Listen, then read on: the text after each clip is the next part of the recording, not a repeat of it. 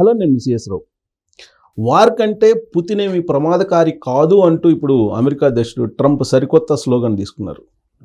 అసలు ఆయన ఉక్రెయిన్ పట్ల వ్యవహరించినటువంటి తీరు, ప్రపంచవ్యాప్తంగా ఆయా దేశాల మీద తీసుకుంటున్నటువంటి చర్యలు, దాని పరిణామాలు ఏ విధంగా ఉండబోతున్నాయనే దాని మీద విశ్లేషణ తీసుకునేటువంటి ప్రయత్నం చేద్దాం. ప్రస్తుతం మన దగ్గర ఇండియన్ అంబాసిడర్ అలాగే ఐఎఫ్ఎస్ అధికారి డాక్టర్ వినోద్ కుమార్ గారు మనతో ఉన్నారు. ఆయనతో ఇంటరాక్ట్ అవుతాం. సార్ నమస్తే. నమస్కారం సార్.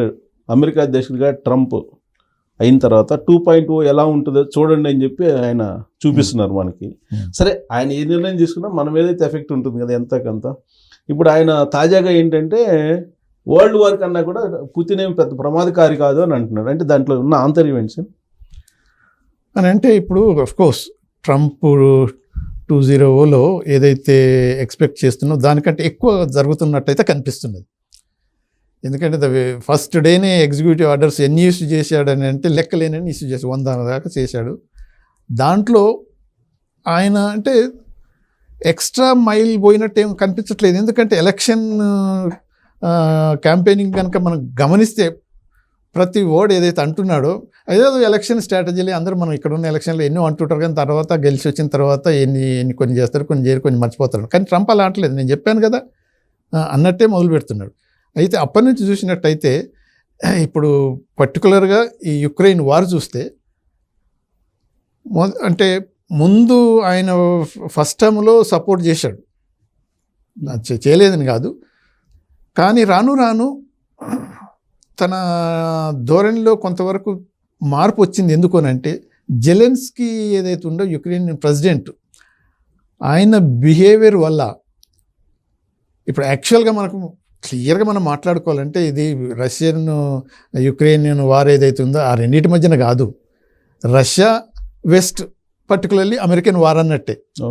అది మొదటి నుంచి అందరికీ తెలుసు. ఇప్పుడు మన డిస్కషన్లో ట్రంప్ క్లియర్గా అన్నాడు కదా, యూ డోంట్ హ్యావ్ కార్డ్స్. అసలు అమెరికా కనుక లేచి వచ్చేస్తే నువ్వు 2 రోజులు 2 వీక్స్లో డౌన్ అయిపోతావు. 2 వీక్స్ కాదు, నేను 3 డేస్లోనే పడిపోతాను నాకు తెలుసు అని అన్నాడు.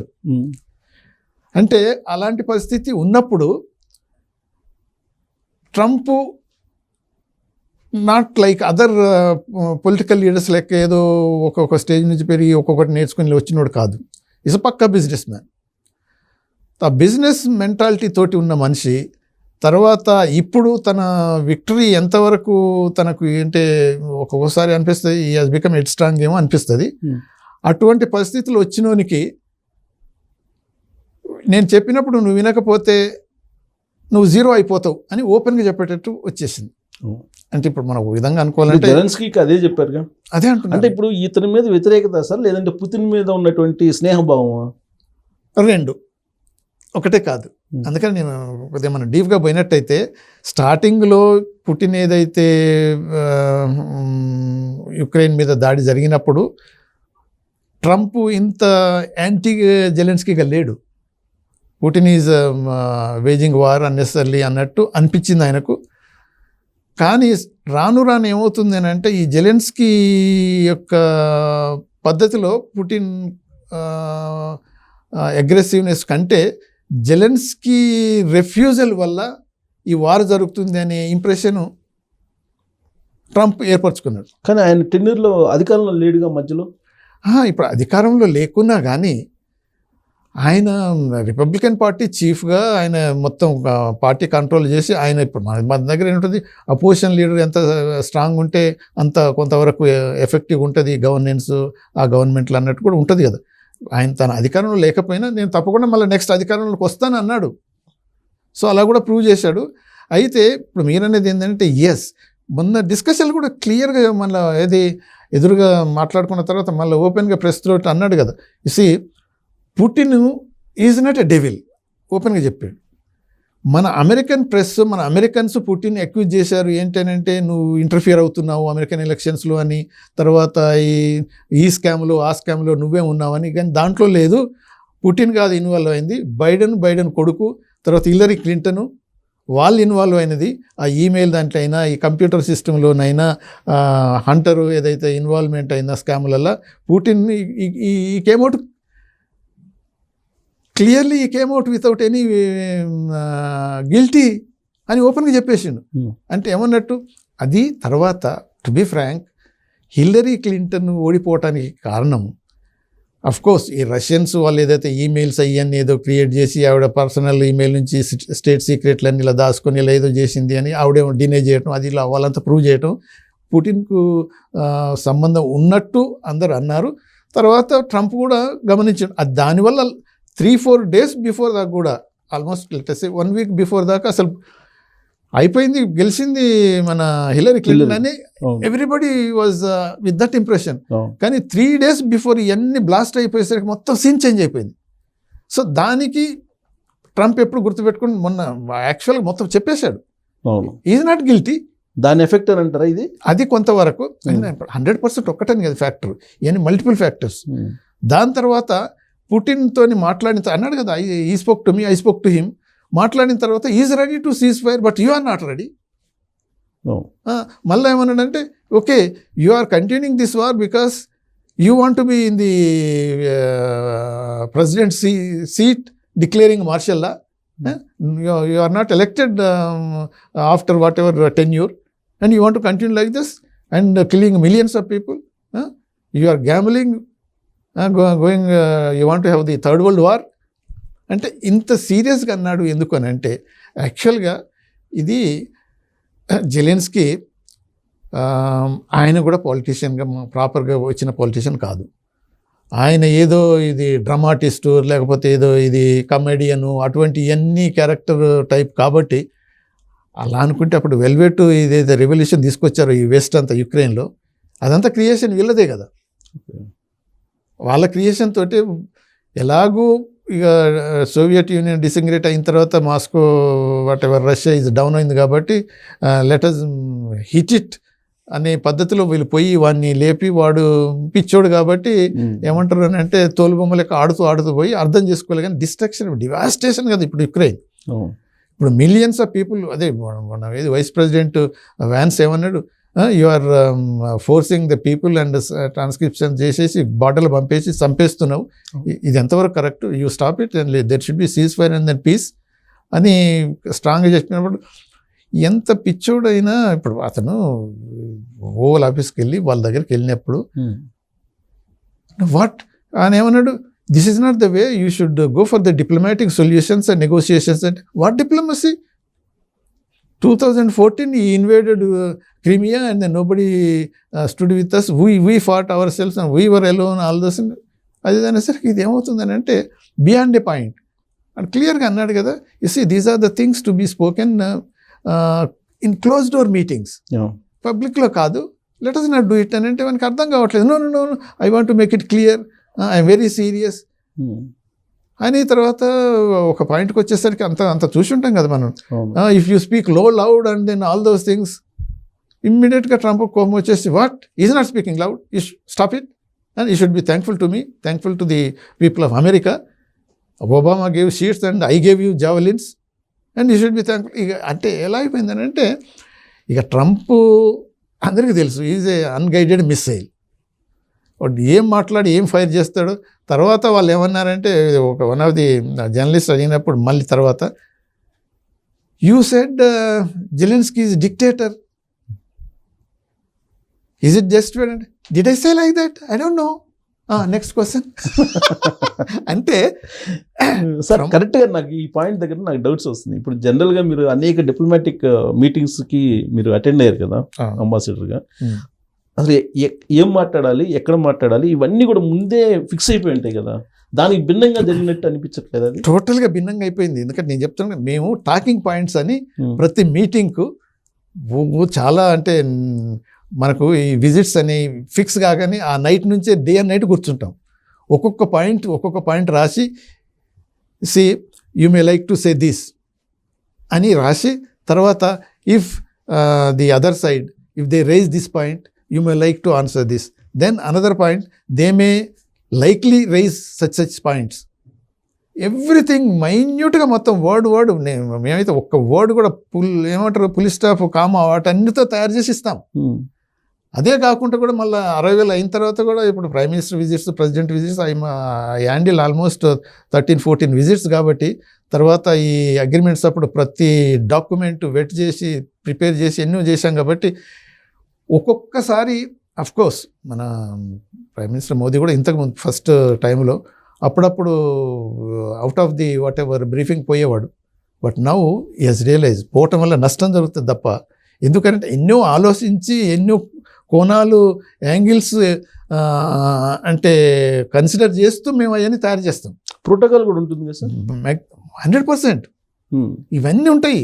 ఇవన్నీ అంటే బ్రీఫింగ్ బిఫోర్ మీటింగ్ అని బ్రీఫింగ్ చేసుకుంటాం. ఓకే. మరి ఈ ప్రోటోకాల్ భిన్నంగా వ్యవహరిస్తే అప్పుడు ఏం జరుగుతుంది సార్? ఇప్పుడు జరిగింది మనకు తెలిసింది కదా.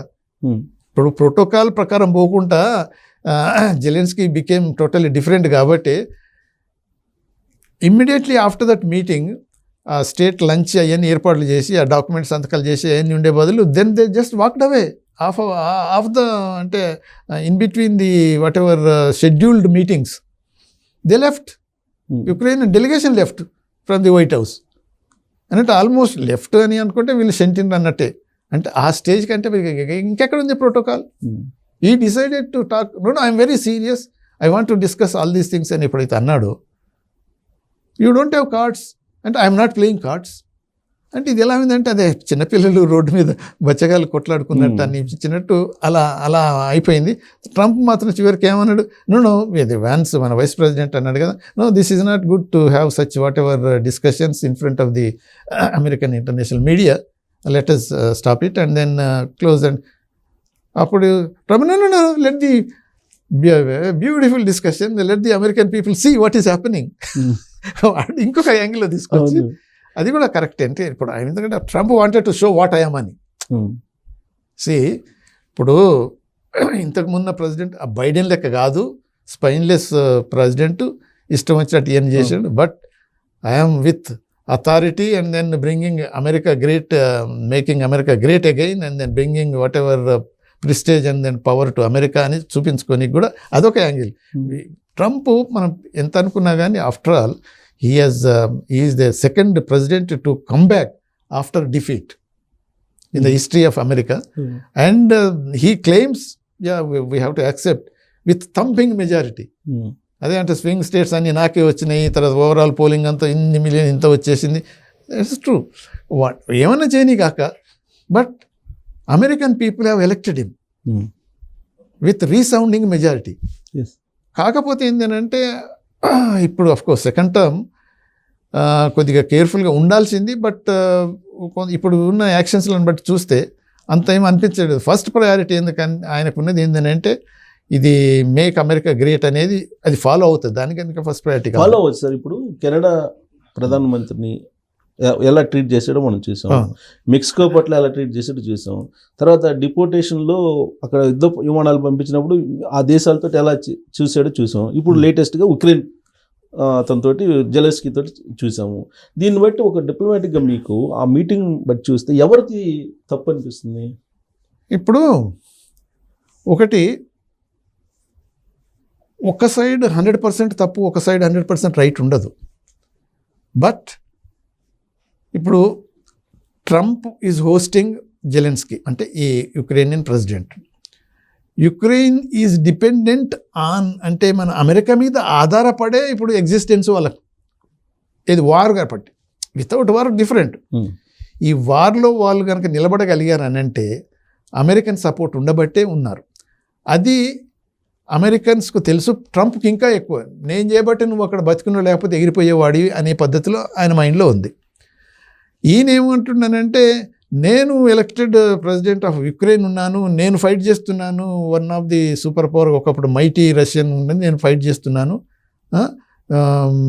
మీ సహాయం ఉన్నది యాక్సెప్ట్ చేస్తాం, కానీ మేము అంత ఫైట్ చేస్తున్నాం, మమ్మల్ని నెగ్లెక్ట్ చేశారు వాడు అన్నాడు కదా. అప్పుడు వ్యాన్స్ అన్నప్పుడు డిప్లొమాటిక్ నెగోషియేషన్తో సాల్వ్ చేసుకోవాలి, let go for the cease fire and then immediately stop killing అన్నప్పుడు what diplomatic negotiations?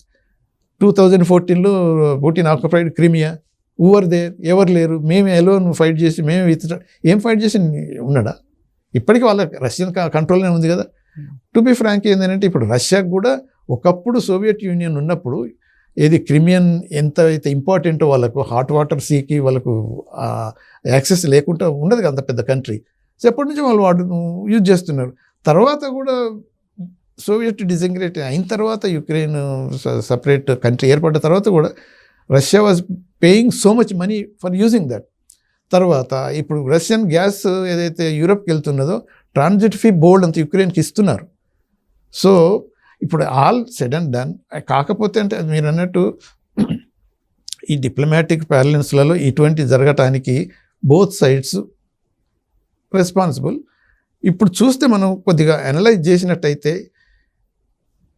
Beggar cannot dictate what you should get. ఆ పరిస్థితి అర్థం చేసుకోలేదు జెలెన్స్కీ.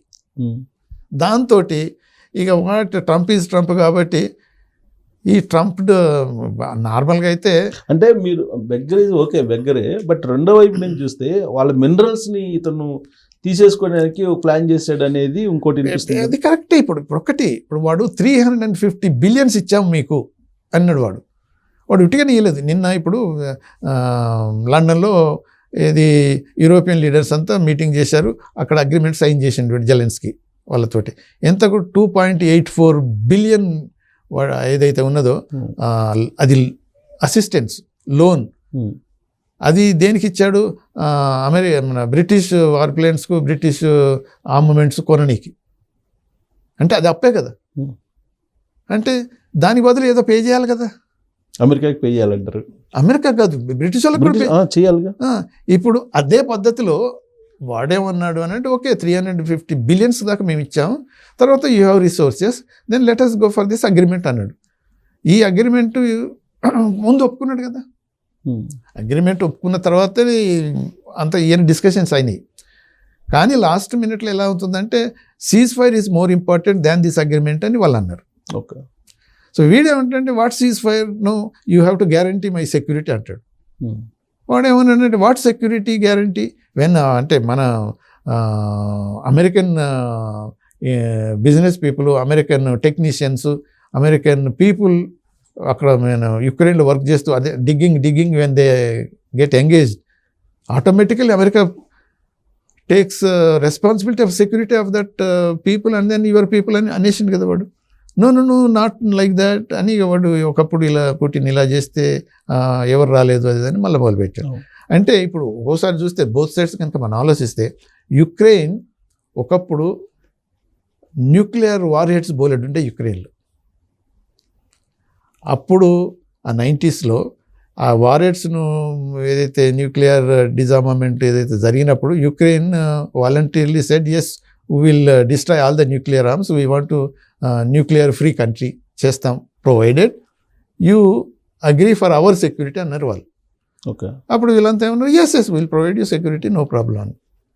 సో దాన్ని వీళ్ళు మన యుక్రెయిన్ వాళ్ళు రిపీటెడ్ అంటారంటే మాకు అలా చేయబట్టి న్యూక్లియర్ వార్స్ అంటే వార్ హెడ్స్ లేకపోవడం వల్ల మేము ఇలా వీక్ అయిపోయాము, మీరు ఎందుకు సెక్యూరిటీ ప్రొవైడ్ చేయట్లేదని వాళ్ళ పాయింట్ అంటున్నారు. రెస్పాన్సిబిలిటీ తీసుకోలేదు, మీరు మాట ఇచ్చారు తప్ప, యూరోప్ ఇచ్చింది అమెరికా ఇచ్చింది, మీరు మాకు రెస్క్యూకి రాలేదు అని వాళ్ళు అంటున్నారు. ఇంకొక యాంగిల్లో చూస్తే ఏమవుతుందంటే పుటిన్ క్లియర్గా అన్నాడు, ఇప్పుడు వార్సా ప్యాక్ట్ ఉంది, నాటో వార్సా ప్యాక్ట్ అంతా ఆపోజిట్, అంతా కోల్డ్ వార్ అప్పుడు ఆపోజిట్ పవర్స్ లెక్క ఉన్నాయి. వార్సా ప్యాక్ట్ డిజాల్వ్ అయిపోయింది, సోవియట్ డిజింటిగ్రేట్ కాగానే అయిపోయింది. తర్వాత అప్పుడు వాళ్ళు ఏమన్నారంటే ఇప్పుడు మన రష్యన్స్ అయినా ఇప్పుడు పుటిన్ అయినా ఏమన్నాడంటే యాజ్ లాంగ్ యాజ్ ఒకటి నాటో ఫోర్సెస్ మా బార్డర్కి రానంతకాలం మాకేం ప్రాబ్లం లేదు, your soldiers on my border not acceptable. కానీ వీడేమంటున్నాడు జెలెన్స్కీ, నాటో మెంబర్షిప్పే ఇంపార్టెంట్ అంటున్నాడు. మరి ఇప్పుడు పుటిన్ అయినా రష్యన్స్ అంటే ఎలా ఊరుకుంటారు? సో ఇది వాడు ఎందుకు అంటున్నాడంటే ఇన్స్టిగేట్ చేసింది వీళ్ళు యూరోపియన్స్, తర్వాత అమెరికన్ కూడా సపోర్ట్ చేసింది అప్పుడు. సో వాళ్ళ సపోర్ట్ తోటి వీడు తోలుబొమ్మలాటల ఒక మెయిన్ క్యారెక్టర్ అయిపోయి టోటల్ డిస్ట్రక్షన్స్కి మొదలైంది. ఇప్పుడు అమెరికా వ్యతిరేకంగా ఉంది యుక్రెయిన్కి, ఈత యూరోప్ కంట్రీస్ అన్ని నేను సపోర్ట్ చేసినాయి, మరి వీళ్ళతో కలిసి ప్రయాణం చేస్తే అమెరికా సపోర్ట్ అవసరం లేదంటారా? ఇప్పుడు నిన్న ఒక్కొక్క స్టేట్మెంట్ అనలైజ్ చేస్తే UK prime minister Keith stammer ఏం చేశాడు అని అంటే తెలివిగా ముందు అక్కడ పుటిన్తో డిస్కస్ చేసిన పుటిన్తో కదా మన ట్రంప్తో డిస్కస్ చేసిన తర్వాత పుటిన్ను కంటైన్ చేయటం అనేది అవసరము అని నేను చెప్పాను. America also agrees for that. So will go for cease fire plan with American backing. Okay, with American backing condition apply. అంతే, అది లేకపోతే జీరోనే కదా. అది ముందే ఏది జెలెన్స్కీతో డిస్కషన్ కూడా అన్నాడు కదా, you don't have cards, if I withdraw you will collapse with in 2 weeks. 2 weeks ఏం కాదు, నేను అన్నానుగా 3 రోజుల్లో కొలాప్స్ అవుతుందని మాకు తెలుసు అని వాడు అప్పుడు అన్నప్పుడు అమెరికా ఇప్పుడు లేకుండా ఇప్పుడు నిన్న జరిగిన యూరోపియన్ లీడర్స్ మీటింగ్ ఇన్ లండన్లో ఫ్రాన్స్ ఇమాన్యుయల్ మాక్రో తర్వాత ఇప్పుడు ఈయన యూకే ప్రైమ్ మినిస్టర్ వీళ్ళు మాత్రం చాలా స్ట్రాంగ్గా we should have the European plan లెక్క ఉండాలి, we support you with the backing of America. ఆ క్లాజ్ అయితే ఉంటుందో ఇప్పుడు ఏం చేస్తారు వీళ్ళు, జెలెన్స్కీని యూరోపియన్ కాబట్టి పుట్టిన లెక్క మేము వీళ్ళు బిహేవ్ చేస్తే వాడు పాపం ఇక ఎంత ఏడ్చుకుంటూ చచ్చిపోతాడు ఉన్నమాట. సో సంథింగ్ ఏదో మనం సపోర్ట్ చేయాలి. But at the same time America పెద్దనని నువ్వు అన్నాయి చేయలేవు. సో ప్యాచ్ వర్క్ చేస్తున్నారంట, అంతా patch work. Okay, patch work చేయాల్సిందే తప్ప నువ్వు అమెరికా సపోర్ట్ చేయట్లేదు కదా పర్వాలేదులే మేము ఉన్నాము, యూ గో హెడ్ ఫైట్ అనేది మాత్రం యూరోపియన్స్ ధైర్యం చేసి రాలేరు. సో అమెరికా ఓవెల్ హౌస్లో జరిగినటువంటి ఆ డిస్టర్బెన్స్ తర్వాత ఇమీడియట్గా ఇది జరిగింది కదా మీటింగ్, ఇది షెడ్యూల్ మీటింగా లేదంటే కావాలని ఇమీడియట్గా పెట్టారా? అంటే ఇది షెడ్యూల్డ్ మీటింగ్ ఏమో థర్స్డే ఉన్నది బ్రుసెల్స్లో. Okay, EU and then all leaders ఉంటుంది, కానీ దానికన్నా ముందే ఇప్పుడు అన్షెడ్యూల్డ్ మీటింగే ఇది. ఓకే, అది జరిగిన తర్వాత రియాక్షన్స్ని బట్టి సరే ఇప్పుడు అక్కడ అయినప్పుడు యూరోపియన్ పార్ట్నర్స్ కూడా నన్ను ఏకాకిం చేశారు వదిలిపెట్టారు అనేది జెలెన్స్కీకి ఆ ఫీలింగ్ వచ్చి యుక్రెయిన్ కొద్దిగా లెట్ డౌన్ అయిపోవడం కంటే so let us give some support, మొదటి నుంచి ఇస్తున్నాం కాబట్టి సపోర్ట్ ఇవ్వాల్సిందే, యూరోపియన్ నేషన్ కాబట్టి ఇస్తున్నాం అన్నట్టు అదొక సిగ్నల్ ఇచ్చారు. కానీ అదే త్రూ అమెరికా డైరెక్షన్ అయినా sir?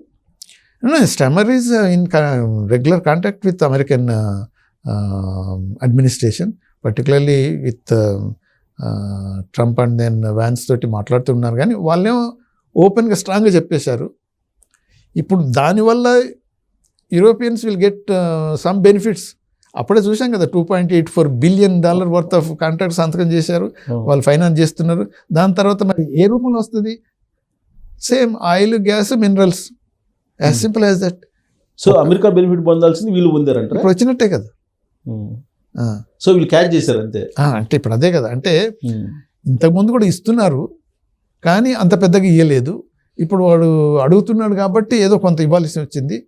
But major beneficiary America ఉండాల్సిన పద్ధతి అనేది అమెరికన్స్ ఫీల్ అవుతున్నారు, పర్టికులర్లీ ట్రంప్.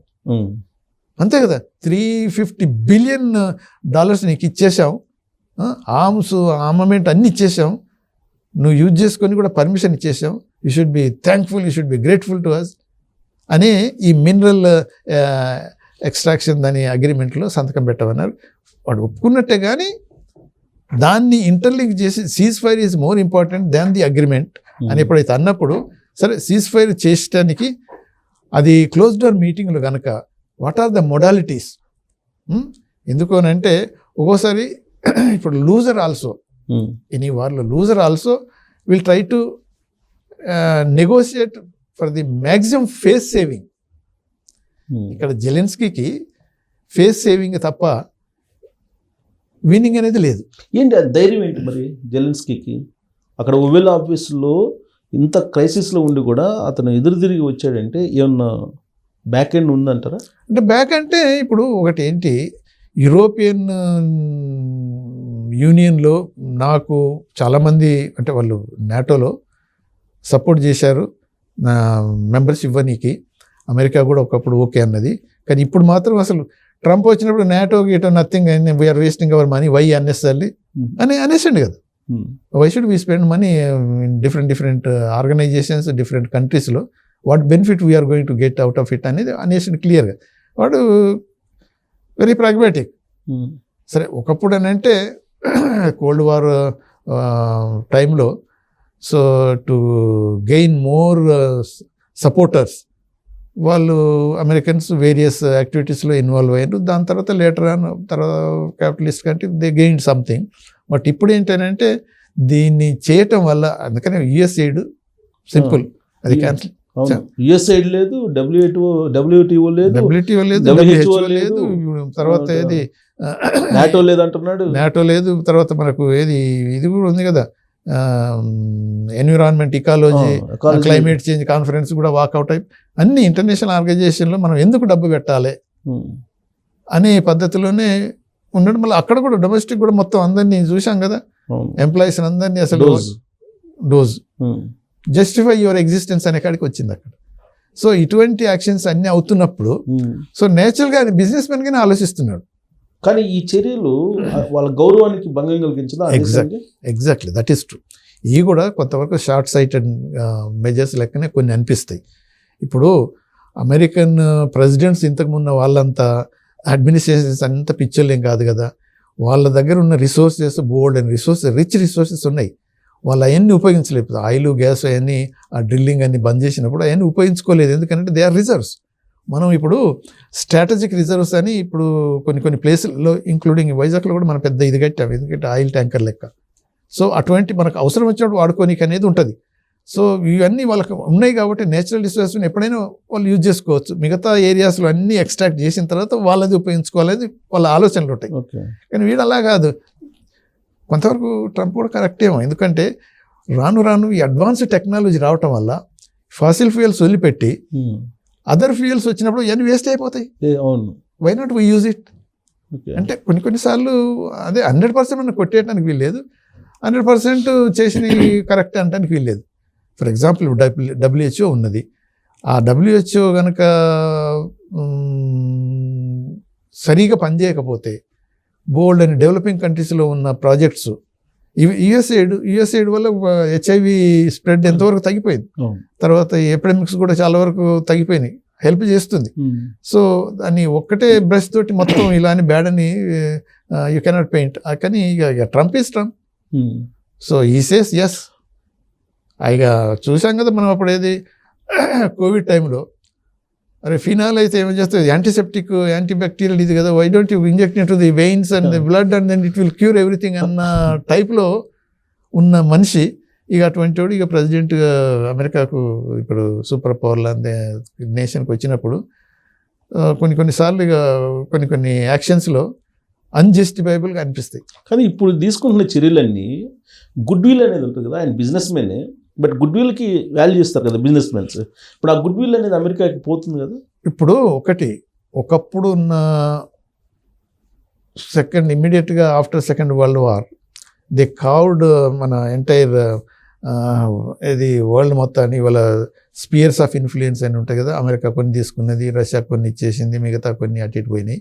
ఇప్పుడు డెవలప్మెంట్ చూడబోతే ఇప్పుడు there are few things. America alone cannot be unipolar కాదు. ఇప్పుడు even American administration including vice president Trump కూడా ఇప్పుడు దే ఆర్ సేయింగ్ సేమ్ ఏంటంటే యూనిపోలార్ కాదు, ఇది మల్టీపోలార్ వరల్డ్.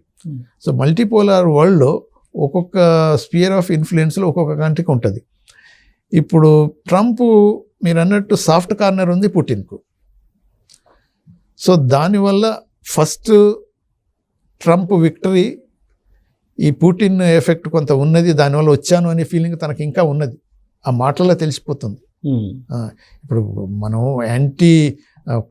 అది ఏమంటారు బద్ధశత్రువు లెక్క ఉన్న వాళ్ళు ప్రేజ్ చేసుకొని ఉండరు. తర్వాత ఆ జెలెన్స్కీతో మాట్లాడుతున్నప్పుడు Zelensky Putin did that, Putin did this అది అంటున్నప్పుడు అరే you cannot talk like that, I cannot say you did this, you are wrong, you are dead and you are all those things, no, then I cannot say hello Putin, this is not correct అని తర్వాత ఓపెన్గా చెప్పేశాడు. అది American ఎలక్షనీరింగ్లో interference ఏదైతుందో blame చేశారు, కానీ ఈ has కమ్అట్ clean. అది కాదు పద్ధతి కాదు అంటే తనకు సాఫ్ట్ కార్నర్ ఉండేది. దెర్ ఇస్ నాట్ ఆ ఫ్యాక్టర్ అయితే ప్లే చేసే ప్రెసిడెంట్ అయ్యిండు.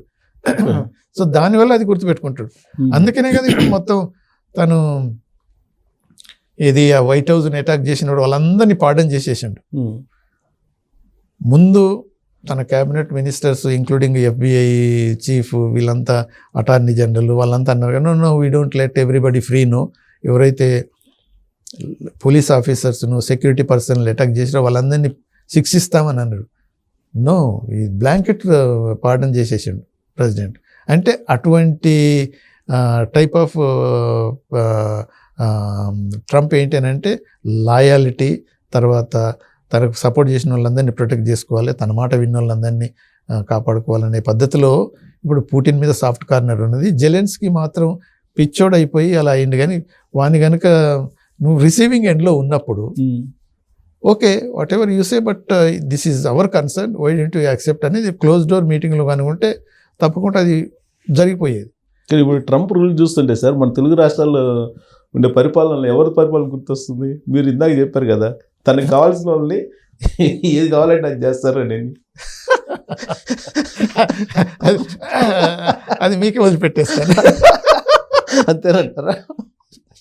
అదంతా చెప్తా ఉంటే నాకు గత పరిపాలకుల యొక్క విధానాలు గుర్తొస్తున్నాయి. అవును, నేచురల్ ఉంటుంది. ఇప్పుడు లీడర్స్ ఒక్కోసారి అంటే టు బి ఫ్రాంక్ ఇప్పుడు ఒక్కోసారి ఆయన ట్రంప్ క్యాంపెయినింగ్ నుంచి ఇప్పటి యాక్షన్స్ దాకా అనలైజ్ చేస్తే ఒకసారి అనిపిస్తుంది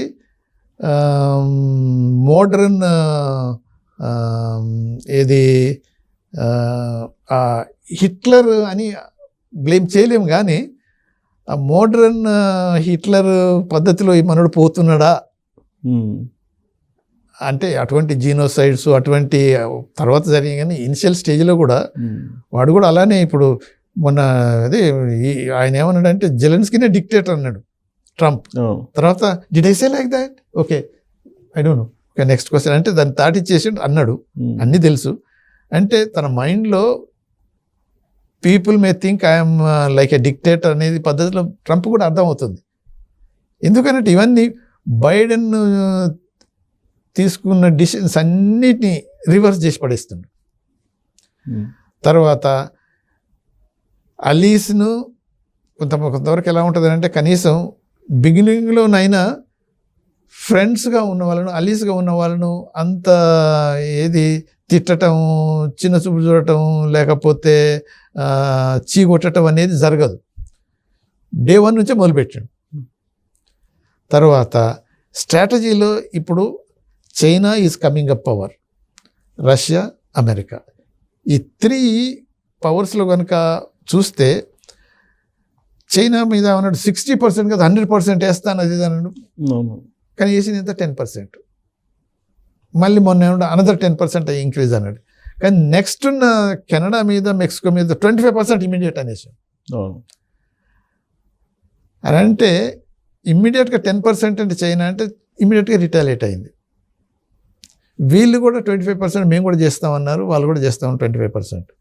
అని అంటే ఆచి తూచి చైనా మీద యాక్షన్స్ చూస్తున్నాడు. పక్కకు నెక్స్ట్ ఉన్న క్లోజ్ ఫ్రెండ్ అయినా కానీ కెనడా 51వ రాష్ట్రం అంటాడు. అంతే, నేను మింగేస్తాను. వాళ్ళు గల్ఫ్ ఆఫ్ అమెరికా అనేది అంటున్నారు. అవును, గల్ఫ్ ఆఫ్ అమెరికా, మెక్సికో ఎగిరిపోయింది, గల్ఫ్ ఆఫ్ అమెరికా అయిపోయింది. పనామా దేన్ని గుంజుకుంటాను ఇవన్నీ చేస్తున్నాడు. ఇటువంటి అంటే అలీస్కు అడ్వర్సరీకు డిఫరెన్స్ లేకుండా యాక్ట్ చేస్తున్నాడు. సో అంటే ఇప్పుడు it is too early to say ఏది మళ్ళీ ఏమవుతుంది అనేది లేటర్ ఆన్. బట్ దీని ఎఫెక్ట్ను కొంతవరకు ఎనలైజ్ చేసుకోవాల్సి వస్తుంది అమెరికన్స్ కూడా.